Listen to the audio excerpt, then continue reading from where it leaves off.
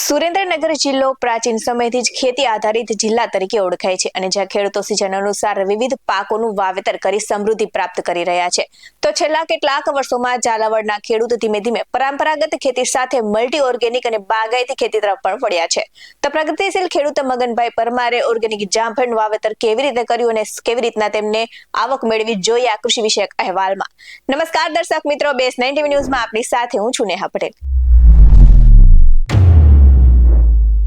સુરેન્દ્રનગર જિલ્લો ખેતી આધારિત જિલ્લો છે અને જિલ્લાના ખેડૂતો સિઝન મુજબ અલગ અલગ પાકોનું વાવેતર કરી સમૃદ્ધ બન્યા છે. તો હવે ઝાલાવાડના ખેડૂતો ઓર્ગેનિક તેમજ બાગાયતી ખેતી તરફ વધુ આગળ વધ્યા હોય તેવું લાગી રહ્યું છે.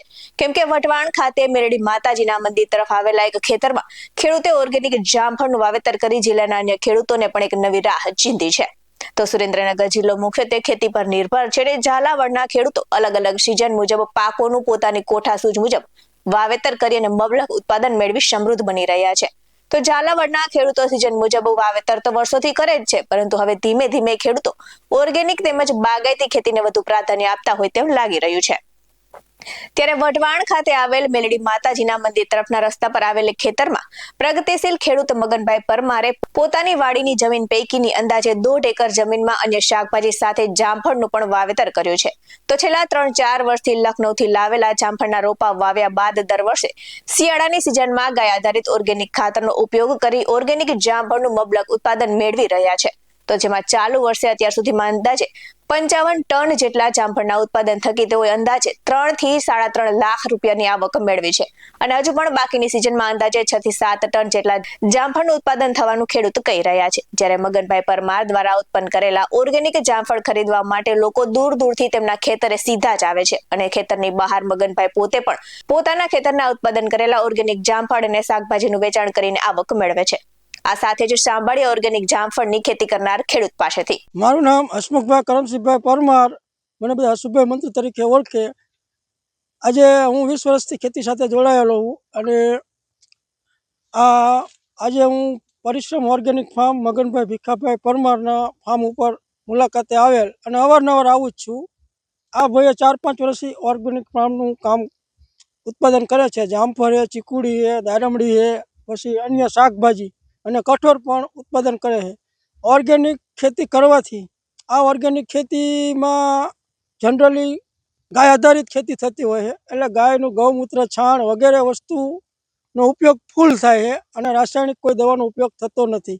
જેથી કરીને ઓર્ગેનિક કરવાથી પશુપાલનનું કામ પણ થાય છે અને આ અન્ય શાકભાજી અને ફળનું પણ સારામાં સારું બેનિફિટ મળે છે. કારણ કે ઓર્ગેનિક કરવાથી ડબલ ફાયદા થાય. એક તો પશુપાલન સચવાય છે અને પશુપાલનની પણ સારો એવો ધંધો થાય છે. કારણ કે જો 2 ગાય રાખે તો 4 ગાય જોઈએ 10 વીઘામાં. જો 4 ગાય ગીર ગાય રાખે તો પરિવારને સારું દૂધ મળે, સમાજને સારું દૂધ મળે, આમ જનતાને સારું ફરફરાદી મળે, શાકભાજી મળે અને સારું શુદ્ધ ઘી મળે ગાયનો નિભાવ કરવાથી. એટલે ડબલ ફાયદા છે ઓર્ગેનિક કરવાથી અને રાસાયણિક દવાનો ઉપયોગ ઓછો થાય છે. એટલે ઓછા ખર્ચે આર્થિક નુકસાન ઘટે, પરિવારનું સ્વાસ્થ્ય સચવાય, સમાજનું સ્વાસ્થ્ય સચવાય અને સાથે સાથે એક ગાય આધારિત ખેતી કરવાથી ગાય માતાનું પણ પૂજન થાય અને આમ જનતાનું રક્ષણ થાય. આવી રીતે ઓર્ગેનિક ખેતી કરવાથી જે જમીનમાં 100 વીઘામાં જેટલું તમે ઉત્પાદન કરો એટલું જ ઉત્પાદન તમે 10 વીઘામાં એટલી જ આવકથી લઈ શકો છો. મારું નામ મગનભાઈ પરમાર છે અને મારા ફાર્મનું નામ પરિશ્રમ ઓર્ગેનિક ફાર્મ છે અને મેલડીમાં રોડે મારું ખેતર આવ્યું અને દૂર દૂરથી આવી અને મારા જામફળ લઈ જાય છે અને મારા જામફળ બધા 400-500 ગ્રામનું એક જામફળ હોય છે અને હું ઓર્ગેનિક કરું છું. ઓર્ગેનિકમાં દવાના ગૌમૂત્ર, છાશ અને લીમડાનો અરખ ને આ તે એવું બધું નાખું અને રાસાયણિક હું કંઈ વાપરતો નથી. અને મારા જામફળ એમને એટલા દાઢે લાગેલા છે તો બધાય દૂર દૂરથી સુરેન્દ્રનગર કોઈ 12 ગામથી બધા ઠેઠ મારા ખેતર સુધી જામફળ આવીને લઈ જાય છે અને મને સારું છે પ્રોફિટ. હજી ભલે વરસાદ થયો પણ તોય મારે અત્યારે સમજો કે અત્યાર સુધીમાં મેં 2.5 લાખના વેચી નાખ્યા છે અને હજી લગભગ મને એવું લાગે 30 હજારના થશે.